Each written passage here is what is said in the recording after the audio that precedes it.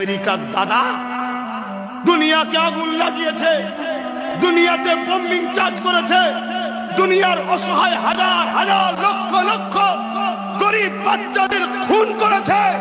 আজকে সেই আমেরিকার দাদা তার দেশে এমন করে যে আগুন, যে দাবানল লেগেছে, ওই দাবানলের আগুন ঠান্ডা করতে করতে এক সপ্তাহ হয়ে গেছে, এখনো বাড়ছে না।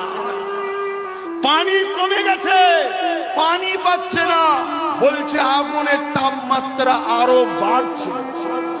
কই গো দাদা, ঠান্ডা হয়েছে না হওনি? যাও না ঠান্ডা করো।